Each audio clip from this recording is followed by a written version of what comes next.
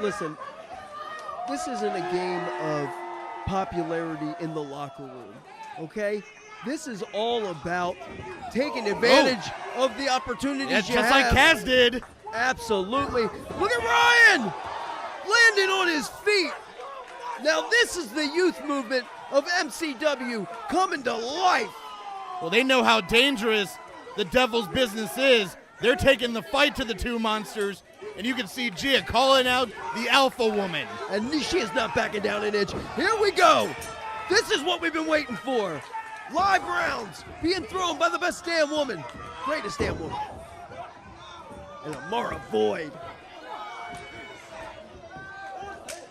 The mean streak in her is just endless. Wow, what a clothesline. Yeah, you can see how that friendship has deteriorated into hatred between Gia Scott and Amara Voyd.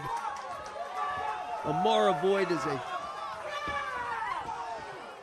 just a ballroom wrecking ball in and of herself. But Gia Scott. You cannot take Gia Scott lightly. The 7-time women's champion will take the fight to anyone and everyone. MCW's MVP is Gia Scott. Yeah, well, I think the MVP of the Devil's business was Clay Jacobs, saving Amara Voyd. And Amara now. Oh! I don't know if she's ever been to the UK, but that was as European as an uppercut can get. And caught Gia in the blind spot. Gia did not see that one coming. And Amara Voyd has always had, we've seen it, that mean streak, that inclination towards brutality. But only recently has she seemed to revel in it, bathe in it, unlock Pandora's box, and just go crazy. Exactly. She almost seemed like she was holding back, that she didn't want to unleash that side of her. But now, she wants that championship. She wants to send a message to the greatest damn woman. And let's be honest here, Ricky. Something happened. Something had to have happened. Whether it was an event, oh my God. Whether it was a build-up and a slow build, something clicked, snapped, changed in the life, mind, and conscience, or lack thereof, of Amara Voyd before seasons began. Well, I actually think it was back in Frederick during the Autumn Armageddon Tour. She had an opportunity to take the women's championship, and she said that something needed to change. And boy did it when she found these two monsters. Oh, actually Gia throwing hands to him as well. Tag to Khaz. Khaz the man trying to light up big AK Bane. AK Bane almost shrugging him off like a gnat. Now remember, Khaz actually, you want to talk about a gnat, swatted out of the air by AK Bane. AK screaming in the face of Khaz the man. What the hell is he looking at? Staring into the void, and I don't mean Amara. Remember, Khaz not originally scheduled for this matchup. As I said, Ronnie Zukko suffered a wrist injury, and Ryan Zukko called in a favor. And Khaz not going to turn down a good fight. Yeah, we wish Ronnie speedy recovery with the MCW Tag Team titles.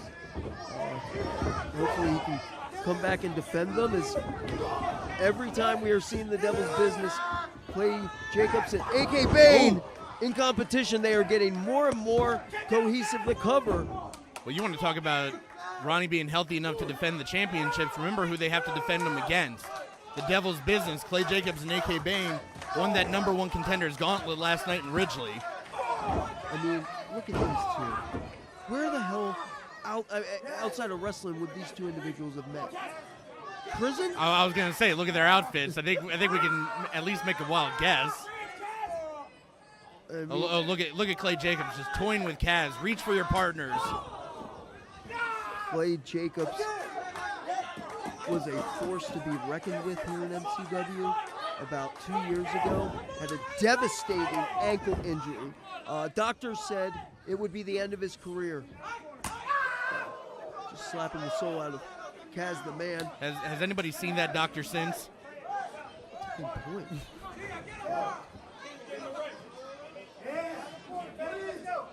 And this psychopath, the motherless child, the feral AK Bane.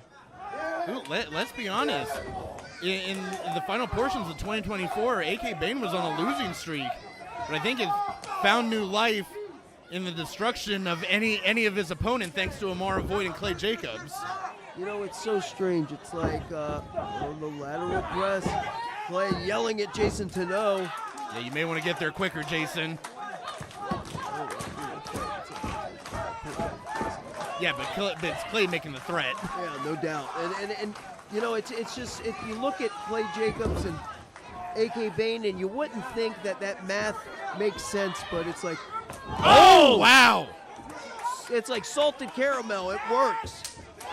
And the tag out to Ryan Zukko. A rivalry renewed between these two.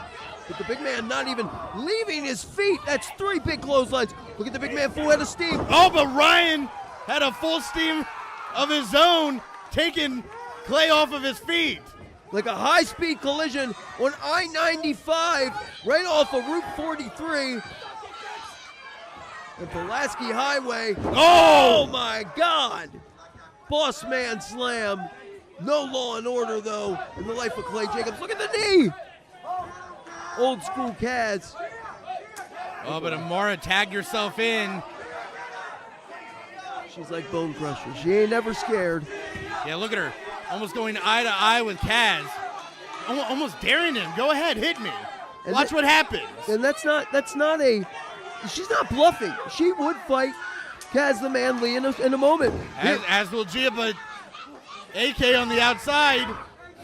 Yeah, I don't think Gia caught wind of AK pulling out. Oh, headbutts. Oh my God. Right to the temple of Gia. Holy God, that clothesline. Are you seeing what I'm seeing? I see Amara almost dominating the women's champ. Almost. Decisive fashion. The power slam. And the victory for the Devil's Business. The winners of this match, the Devil's Business. Call a priest. Call an ambulance. Call the coroner. The Devil's Business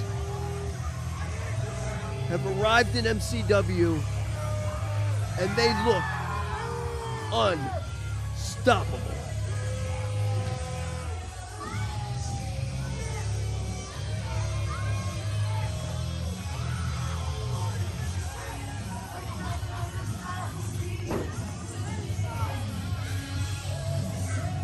This is only the beginning.